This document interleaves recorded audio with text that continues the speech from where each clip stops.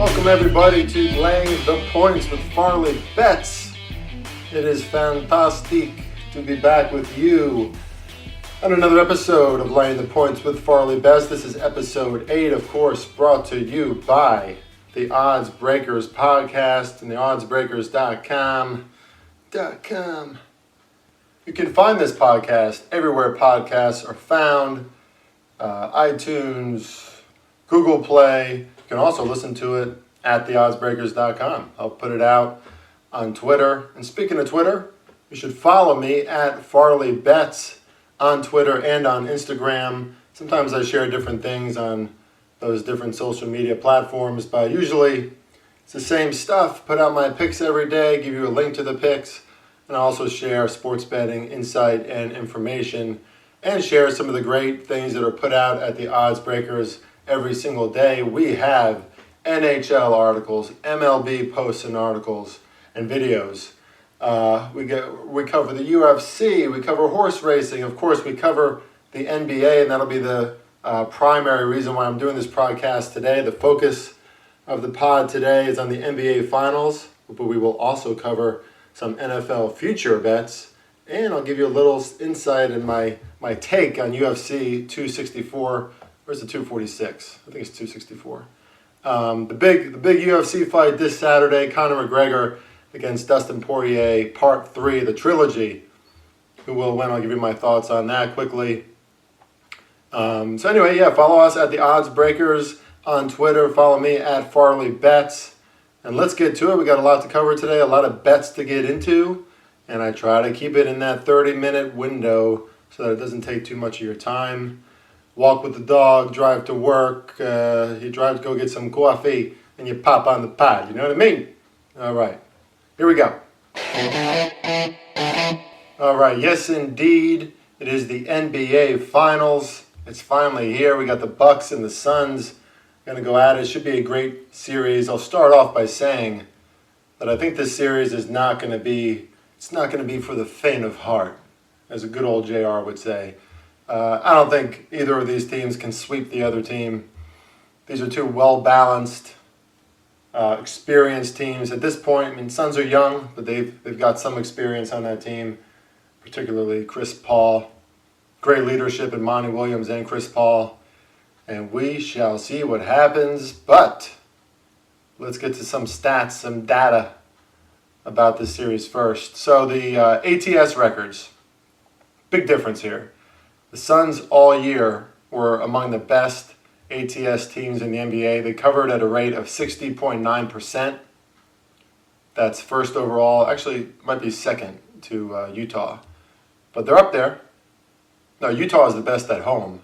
The Suns are the best overall, covering at 60.9%. Bucks, 20th overall, only covering at 47.2%.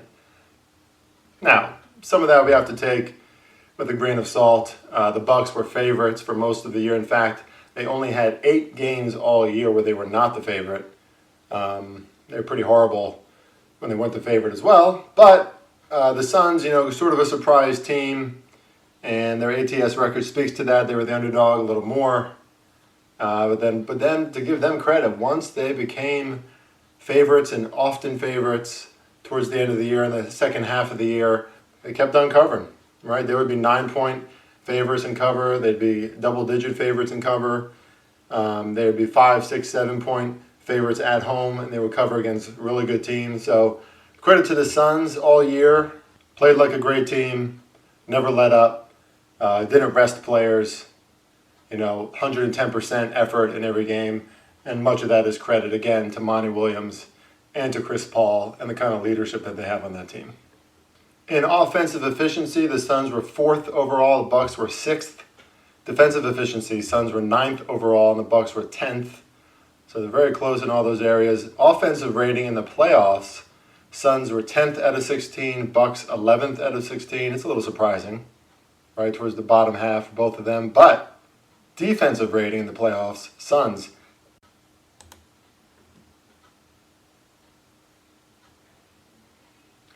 second out of 16. Bucks were number 1 out of 16 playoff teams in defensive rating. So that's impressive. Both teams really clamping down and showing their best efforts on defense, and we've seen that. They can build walls. The Bucks are long. Suns are just really disciplined, really efficient, really feisty. Effective field goal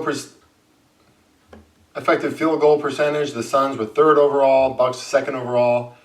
Pace, the Suns only go at a 27th overall pace. Now, when they're at home, they do play faster. Bucks 2nd overall in pace. Bucks always play fast. So might want to consider that, for your total bets. Point differential in the playoffs, Suns 2nd out of 16 teams, +7 point differential. Bucks 4th out of 16, so with a +6.1 differential. So both teams doing a really good job in a lot of areas. It's also worth noting that the Suns allowed the fewest points in the NBA playoffs so far at only 101.9 points per game. And guess who's in second? The Milwaukee Bucks, allowing only 103.7 per game. So, for all the stars that are on these teams, Giannis, Chris Middleton, Chris Paul, Devin Booker, DeAndre Ayton, a rising star, a lot of defense. And they've won a lot of these games because of their excellent defense. Something to consider as we enter this playoff series. I think the totals in the game today are dead on. I see 53.5 in the first quarter, 108 overall in the first half. Don't like either one of those. It's just too tight. I think it's a great line. Great total. Same for the overall total in the game. 219. It's a little high, but towards the end of these finals games, obviously at this point, every single second matters. You see a lot of free throws at the end, so I'm not going to touch the total in this game, but I am going to be looking at the unders and the spots for unders in this series, because I do think that the defenses are still a little underrated, a little underconsidered. And we're absolutely going to have a game or two at least where they probably fall under 200 points or in the very low 200s. All things back to the mean, these two defenses are keeping teams just over that 100-point mark, so that would make sense. So the stats support what we already knew. These are two really well-balanced teams. They play team basketball really well. And they're both really exceptional on defense, but they're exceptional on offense too. The stats might not always show it, but they do enough, especially on their home courts with the crowd behind them. Really tough teams to stop. So I'll tell you right off the bat, I like the Suns. I'm actually going to take them at -5 tonight. I know the line's at -6. I'm going to swallow the juice here. It's going to go up to about -130, -135 to get them at -5, which isn't too bad. -6 is a full 2 possessions. That it's 2 3-pointers. I like -5 a little more. Feels a little comfier for me. This game could easily fall on 6, and it can easily fall on 5. And I just feel like that's the safer, that's the better bet. 6 is getting a little too rich for me. But I do like the Sun side tonight. Giannis is not going to be playing, and I don't necessarily think that Giannis sitting out is completely a bad thing for the Bucks. Now, when we talk about full court, stretching the court, fast-paced, fast break offense, few players in the league are like Giannis, right? He takes 2-3 steps, he's at the rim from half court. On defense, fantastic defender, fantastic rebounder, has been playing aggressive this entire postseason. So Giannis is certainly missed when he's not on the court. Make no mistake about it. But if you're watching that series between the Bucks and the Hawks, there were times when the Bucks were moving the ball. It was fluid without Giannis. And maybe some of the reasons why Chris Middleton can never get in a groove is because, when you give a player a massive contract like Giannis has, and the whole organization and team knows it, you got to force feed him the ball. And Chris Middleton probably feels the same pressure. Probably throws his game off. Probably gets in a little less of a flow and a rhythm. Middleton, man, he's been in quite the rhythm since Giannis has been sitting. In 4 out of 6 of their series games against the Hawks, Giannis was not in the game, and Chris Middleton was easily their star. Now, he got a lot of great support from Crazy Eyes, Bobby Portis. I love that guy.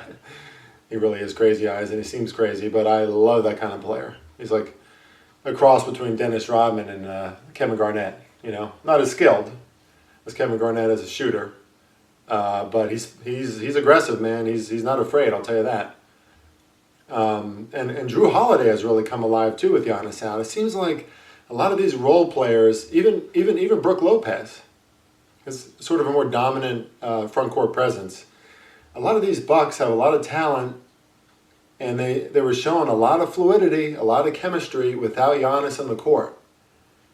So I don't necessarily think that Giannis being out tonight is that bad of a thing for the Bucks, at least on offense. But I do think that the hole that Giannis leaves in the front court on defense and all the rebounds that he gets, and just how locked down he is on defense in general, how long he is, how strong he is, how aggressive he's been playing, that will be missed. And I think the Suns at home, we've seen it over and over again, they can really overwhelm opponents. Now, if Devin Booker has a big game, and Chris Paul is as efficient as we saw him in Game 6, where he was going off for 41 points. Now he was 16 to 24 from the field. Chris Paul's ready, right? That was a pressure game. The Suns needed to win. They won. The Suns did not want to go to Game 7 with the Clippers. Took care of business, led by Chris Paul. So Chris Paul at home, comfortable. I think their offense will move a little better without Giannis in the game. Behind their home crowd. I like the Suns to cover -5. I also liked them in the first quarter, -2. And a premium pick that I gave as sort of if you like a Chris Paul prop bet tonight, which I do as well, his PAR, points, assists, rebounds, is set at 34.5. I like that going over. But a good hedge for that bet is to play on Cameron Payne going over 6.5 points. They use Cameron Payne a little more at home. At least that's what the eye test tells me. I don't have the data behind that. But Cameron Payne loves to build off the energy of his home crowd. When Chris Paul needs a break, which I don't know if he's going to get that many in this game, but Cameron Payne is a great point guard to step in, use the energy of that Phoenix Suns arena behind him. And I kind of like him going over 6.5 points tonight as well. It's a good hedge for Chris Paul. If they take him out because he's not being that efficient, then Cameron Payne should step right up and do a great job. Not as good of a facilitator than Chris Paul, so I'm going to stay away from the PAR prop. But points prop for Cameron Payne over 6.5, I'll take that all day. And if you haven't seen it in my article already, I like Chris Middleton to go over 41.5 points, assists, and rebounds tonight. With Giannis out, Middleton has led the Bucks in 3 out of the 4 previous games in rebounds. He's averaging 28 points per game without Giannis in the last 4 games. And I do see the Suns holding the lead throughout this contest. And that means that the Bucks have to play catch up. The Bucks have to increase their tempo. And I like this offense. I especially like Chris Middleton and his props, his point props and PAR props when Giannis is not in the game, because there's a huge hole to fill in that regard. Now, I'm seeing reports now that Giannis could play tonight. I guess he was upgraded to questionable, from doubtful to questionable. I don't know, man. Even if Giannis does play tonight, he's going to be limited. It's kind of like Trae Young right after he got injured. This is hyperextending your knee. I'm no doctor, but that's an injury where you would think you have to rest, you have to take it easy, or else it could potentially and easily happen again. I am somebody who tore my ACL, and I know that the knee is a very ginger ligament once it's injured, and you really have to give it space and time. So Giannis, if he comes back, obviously this guy is a freak. He's a physical specimen. Maybe he's great. Maybe he's back to normal. I doubt it. I still don't think he plays, and if he does play, it ain't going to be the same Greek freak that we all know. So I still like that Chris Middleton prop, and I still like the Suns -5. If anything, a limited Giannis thrown into the mix is going to throw off the Bucks offense. And then he might be limited in his jumping ability and his defensive prowess. So it doesn't change anything for me. Overall in the series, I see a price here at Bovada. We got Milwaukee at +170, and the Suns are at -200. If you want to bet on the series, shop around. I can't stress that enough. You really have to. As long as you're able to, as long as you can access multiple books, try to shop around and find the best price if you want to put down money on the series win. I get it. Sometimes playing long ball, it's more comfortable. Personally, I don't really see the value in these bets. It's too close to call, especially if you like the Bucks. You can get a lot of value on just betting them game to game. We're seeing tonight the Suns as a 6-point favorite, and I think they'd probably be a 2 to 3 point favorite if Giannis was in. But then I imagine the line will switch around and the Bucks will be a home favorite. But you can just get so much more value from betting on the Bucks game to game as an underdog. If you pick the right spot in one game, you can get the same amount back that you would win on a series price. Tonight looks like the Suns are at minus 250. Bucks are on the same price as the series price. So, pick your spot and do it all in one game, as opposed to waiting for it all in the end. I don't think there's a lot of reasoning behind waiting. In fact, you might have read this in my article as well, but I think the Suns are going to win this series. I think they're favored for the reason. I don't think they're going to lose a game at home, and I think they could definitely win games on the road. I think they're just a better overall team. I do think that Chris Middleton and Giannis, when healthy, are a better 1-2 combination than Devin Booker and Chris Paul. They obviously have the size advantage. The Bucks in general have the size advantage. And I do see this as a 6 and 7 or 7 game series. But that being said, I don't think the Bucks are going to win. So that's the first reason why I wouldn't take that series bet.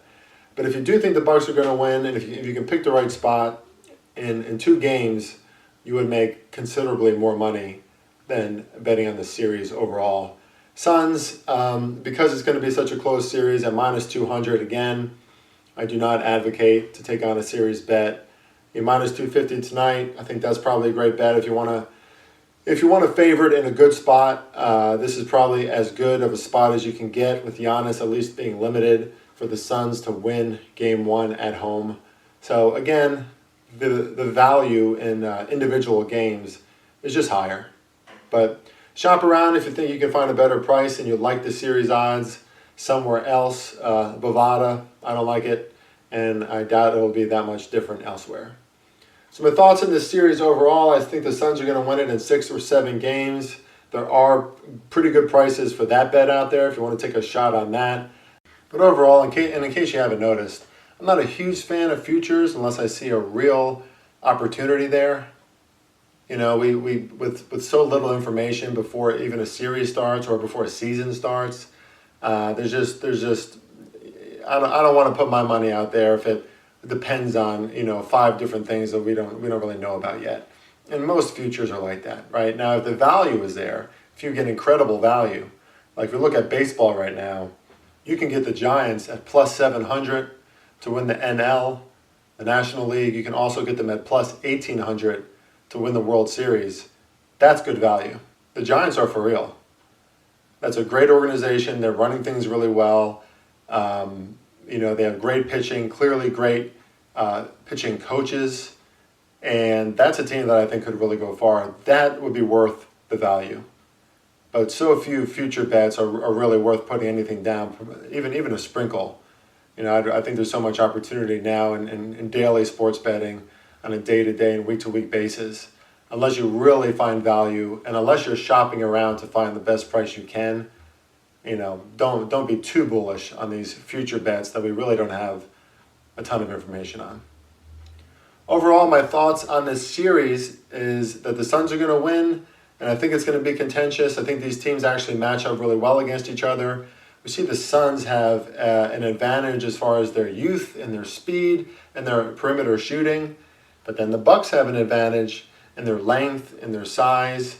I think the Bucks are probably the slightly better defensive team, but the Suns are very good too. So it's going to be interesting. The Suns, against the Lakers, they stopped the bigs, but Anthony Davis not that aggressive. LeBron didn't seem like he cared that much. And then against Denver, which is always a tough team to figure out, they swept them. Really, really impressive. And then against the Clippers, sure, they were without Kawhi, but the perimeter shooting at the Clippers is off the charts, right? I mean, they stayed in that series almost solely because of their ability to shoot from the perimeter. Bucks, not as good of a perimeter shooting team. they rely on their fast breaks and their front point or their front court presence behind Giannis. So both teams sort of match up and have different strengths as far as that goes, as far as the way that they run their offenses. But I do think that the Suns have too many playmakers. I love what DeAndre Ayton is doing. He's consistent. Maybe the most consistent player in the NBA playoffs. How do you like that for a hot take? Very consistent. He can do turnaround fadeaways. He rebounds every game. He has effort on defense and offense in every single game. He's a good passer. He puts in full effort. I love Ayton. So I think the Suns have the slightly better overall team, and I like them to win this series. And we shall see. Should be an interesting matchup tonight in Game 1. And with that, let's get to some NFL future bets and the UFC. All right, let's talk some NFL future bets, some football. I get to talk about football. Come on. Yeah, I'm excited about this, guys. I mean, I know, well, maybe one of my flaws, but also maybe, hopefully, something that you can all relate to is I'm anything but disingenuous, sometimes too authentic, sometimes speak too much about what's on my mind. And this is one of those things. I've had a lot of success in the NBA this year. Appreciate the NBA, love the NBA. Can't wait to watch the finals. I'm also pretty tired. I'm kind of tired about talking about the NBA. I am ready, locked, loaded to talk about football. And football is by far my favorite sport to watch, to cheer for. I'm an absolute diehard Giants fan. I was born a Giants fan, not some bandwagoner, from northern Jersey originally, where I remember being 5 years old and when the Giants beat the Bills by that missed field goal at the end, and everybody screaming in my house, and I was running around the house like a little crazy Giants fan, not really knowing what's going on, but super excited. And then I remember screaming out my front door when the Giants beat the Patriots for the first time and putting my son on my shoulders and jumping up and down. It's just, man, nothing like being a diehard fan for your team. That being said, the Giants have sucked recently. In fact, right after I met my fiance, right after I met my wife, she's my wife now, the Giants started really sucking. And I wish she could see me be a fan of the Giants when they're good. Because I'm a maniac. I'm insane. But by week 8, 9, 10, lately, I kind of know the trajectory of the Giants season. So it kind of just dies. So that sucks. But anyway, let's get to some NFL future bets. I can't wait to have my buddy Steve on. We're going to talk some NFL games during the season. I think you guys will really enjoy that. A good 1-2 punch. He's a great guy and a sharp NFL bettor. But let's get to it. So first game on the docket, I am looking at, and actually it is the very first game of the NFL season. I'm looking at the Bucks and the Cowboys, but I'm not going to bet on the side. Although I do lean the Bucks side. I see them at 6.5, 7. I like the Cowboys and the Bucks to go over 51.5. And here's why. Cowboys, as usual, getting too much love, right? I'll talk about that later. Their win total's at 9.5. To me, that's absurd. And where's the evidence that their defense is going to be any better? Picked up a few players, sure. But this is not a Cowboys defense that I trust. Tampa and Tom Brady, terrific Tom terrific, are going to be at home. And the whole crew is back. Nobody left. Nobody wants to leave. Tristan Wirfs is going to be protecting Tom Brady's blind side. And then you got Mike Evans is back. Chris Godwin is back. Ronald Jones, third? He's back, and he was looking really good at the end of the season last year. Still got Fournette. Still got LaShawn McCoy. Still have Antonio Brown. Oh, yeah. By the way, still have Gronk. So the Bucks, I don't think they're going to be stopped very much or very often at home. Tom Brady's going to be locked in. He's going to make sure that he's locked in. He's getting in all these private practice sessions with his wide receivers. Expect their chemistry to be better than ever. I mean, after you win a Super Bowl with a guy like Tom Brady, after he's texting you all week, we're going to win. We're going to do this. We're going to make this happen. And then it happens under his leadership. Those receivers and that offense would die for Tom Brady. They trust him with every ounce of their being. And he's going to be locked in the first game. And to give them credit, I do expect the Cowboys to be better. Obviously, they are better with Dak. They were scoring an insane amount of points to start the season before he went down with an injury last year. Again, not a lot of defense, but even teams like the Giants, my Giants, who were not good on offense last year, they're not very good on offense now for a few years. But even they scored a ton of points against the Cowboys in their first game against Dallas. So I think there's going to be a lot of points in this game. In the old NFL, we saw offenses would have to catch up at first to start the season, and while the defenses were more locked in, the new NFL, I think it's a little different. Your elite offenses are just going to be as elite at the start of the season, and you're going to see that chemistry, especially against the Dallas team on the road. So I lean the Bucs side, but I love taking the over 51.5. And the reason why we jump on these future bets, these future games, is because these lines are going to change, right? And I think they're going to go in our direction. It's only going to get higher. The total will only get higher before this game starts. Next bet. Now I'm going to take the 49ers minus 7.5. If that line was lower than minus 7.5, then I regret not taking it already. Obviously, that's always a sneaky line when it's just over 7, right? 7's a key number. We'll talk more about key numbers as we get closer to the season, but a lot of games fall on 7, basically. That's what that means. And a 7.5, it's a little scary, but I'm still going to take the 49ers because I think this number is going to go up. I actually love Dan Campbell as the new coach of the Lions. I think the Lions will improve as the season goes on, but not at the start of the season. This is a worse team in a lot of ways. I'm not impressed by any of their acquisitions, really. Don't trust Jared Goff. And the 49ers are going to be way healthier again. Ayuk, Deebo Samuel, Raheem Mostert, Kittle, and Jimmy G, assuming that he starts. I'm pretty sure he will start. Now, if they choose to start Trey Lance, then I trust Kyle Shanahan. That means Trey Lance is ready. It means that Trey Lance is their better option, their better chance to win. And with all the offensive weapons that San Francisco has and a really solid defense, they held their team up for big parts of last year. I think this is going to be a blowout. And I think the 49ers want to get started on a high note. Obviously, disappointing year in 2020. And I don't think this game is going to be close.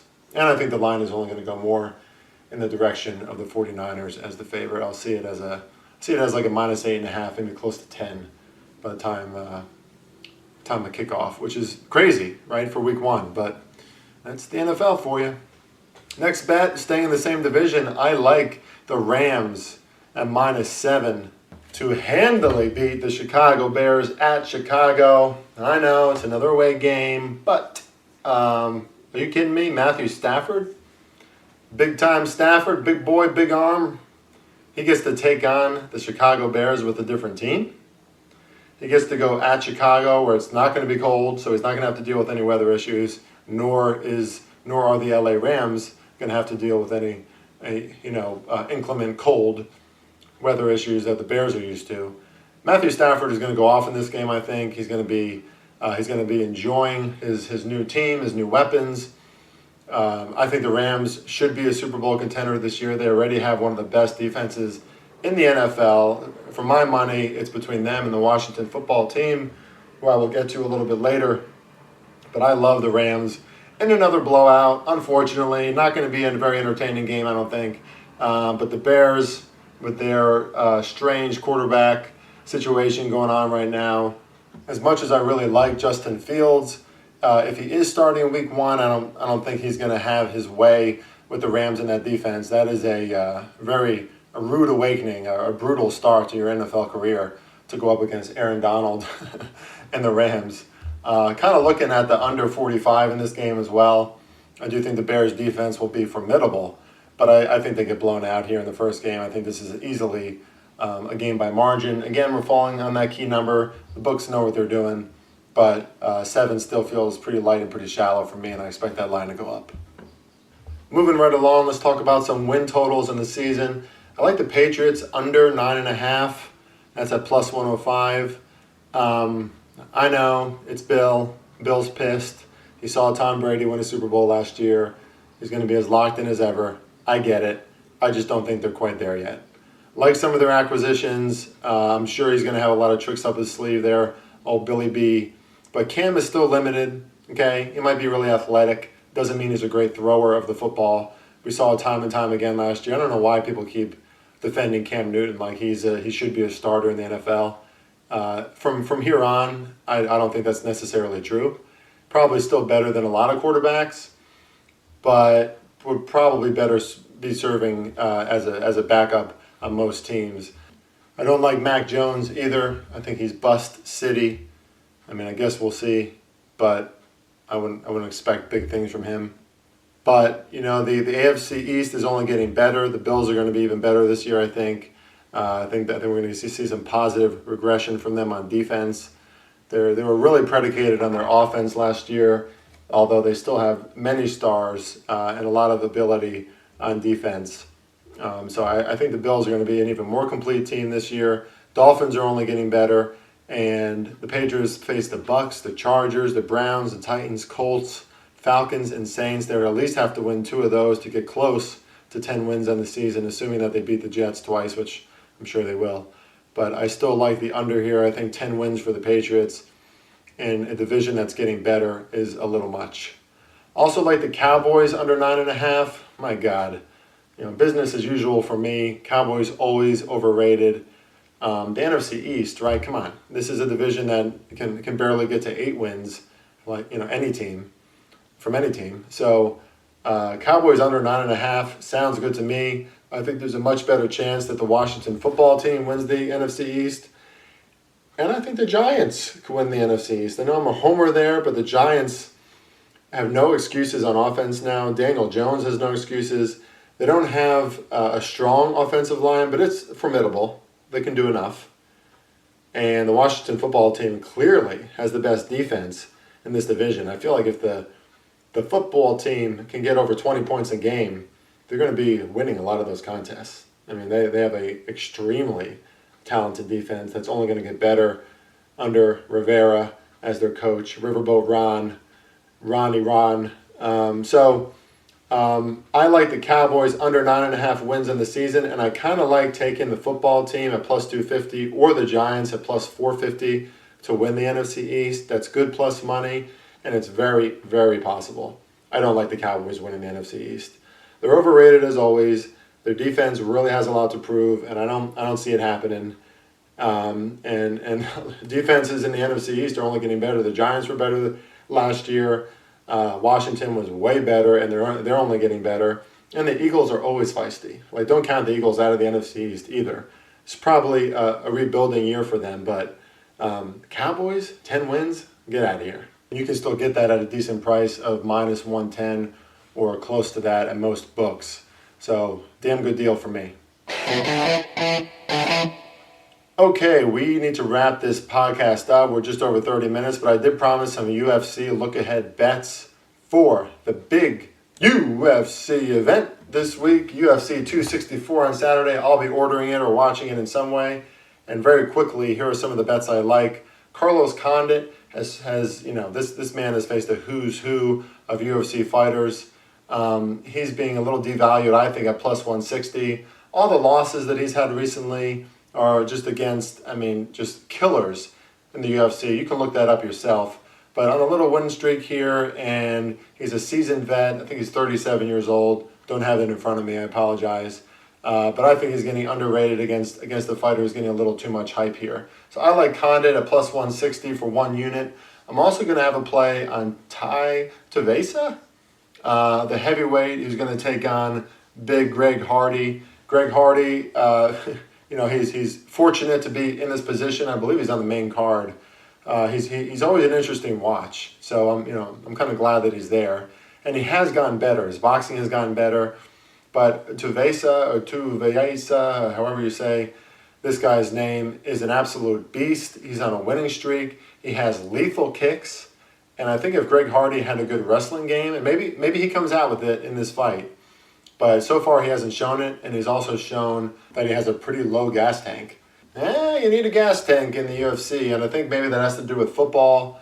Football is all about explosiveness and spurts, and you get a little break in between. Fighting is constant, and you really have to manage the energy that you use and the pace that you go at. And I could see Hardy underestimating his opponent here a little bit. Leg kick city from Tavesa. And so at minus 160, I kind of like him here to maybe as a parlay leg for me or as a light 1 unit play. Maybe 1.5 or 1.6 to make it an even 1 unit to win. You always have to be careful with Greg Hardy because he absolutely has that one punch power. And if he can get you in that first round, you're going to be in trouble. But I think Tavesa is a smart fighter here, and he'll keep his distance. He'll kick. He'll be methodical, and he'll get the win here over Hardy. And lastly, the main event, Conor McGregor against Dustin Poirier. I don't give a fuck neither. I love all of his quotes, that fucking guy. And great podcast from the Oddsbreakers, or from the Oddsbreaker himself last week, covering this fight with his guest. I forget his name, but they did a great job at covering this. And Conor is certainly capable of talking you into betting on him. He believes in himself. But I got to tell you, with or without Conor's words behind me, I am going to take Conor in this fight. Probably just like a 2 unit play maybe. But at plus 105, you're still getting one of the best fighters of all time for plus money. And Conor in a second fight against the same opponent, I don't think he should be underestimated. I think he is, despite some of his transgressions, I think he is very self-aware. I think he knows what he did wrong in the first fight. And I think Poirier, while he is a significantly better boxer than when they fought the first time years ago, and can certainly catch Conor here, I think Conor is the more dynamic fighter. He has more tools in his arsenal. If you remember that first fight back in the day, he did that hook kick right like in the first 5 seconds of the fight. Conor doesn't do as many kicks anymore because I think he sees himself as a boxer. But I think he's going to go back into the tool shed and maybe, pull out some of the old tricks that he used to. He's a complete fighter, and he needs to not let his ego get in the way. He needs to be focused, and if he is, I still think he's the better fighter than Dustin. Dustin has had a really impressive last few years. I mean, the only fighter, to beat him was Khabib. And so you can't say enough. I can't be impressed enough by Dustin. But I think this is a good spot for Conor. I think, after a loss, he's going to come back and he's going to be the one who surprises Dustin a little bit. I think he's going to be a little more humble in there. And this is just, I wish it was a little bit more, obviously, but it's still plus money. And it's still plus money on one of the best to ever do it. So Conor's not talking me into a bet on him. I'm just going to bet on myself. And I could see that Irish flag waving again and him saying some crazy shit once again. Because I do believe if he loses twice, I'll add this to my analysis. If Conor loses again, then there's kind of some whisperings out there, right? Like Conor's lost it. He's done. Conor's out of the fight game. He's not focused in the fight game. I don't think that's what Conor wants. I think he's enjoying life, but I think he wants to reestablish himself and put himself back on the map and leave on a high note in the UFC. And I see him actually putting a lot of good, humble effort into this fight. So I like it even more because of that. All right, guys, I went a little bit over my 30-minute time limit this time. We're edging in on 40 minutes. But I had a lot to cover. We went over the NBA Finals. We talked some NFL future bets and some UFC. Good luck on all your bets, guys. Appreciate you always listening. Please spread the word about the Oddsbreakers. If you like this podcast and if you like the Oddsbreakers podcast, please give us a rating and tell us that you like us. Let us know. Helps us out. Helps out the website. We put in a lot of hard work for you. There's Patrick, there's Nick Hub, there's myself, and then of course Kiev O'Neill, the Oddsbreaker himself. Always churning out content here, putting out picks. So please support us on Twitter at FarleyBets, on Twitter and Instagram at the Oddsbreakers. Until next time, everybody, episode 8 of FarleyBets is done. Oh, hell yeah. Let's win some damn money.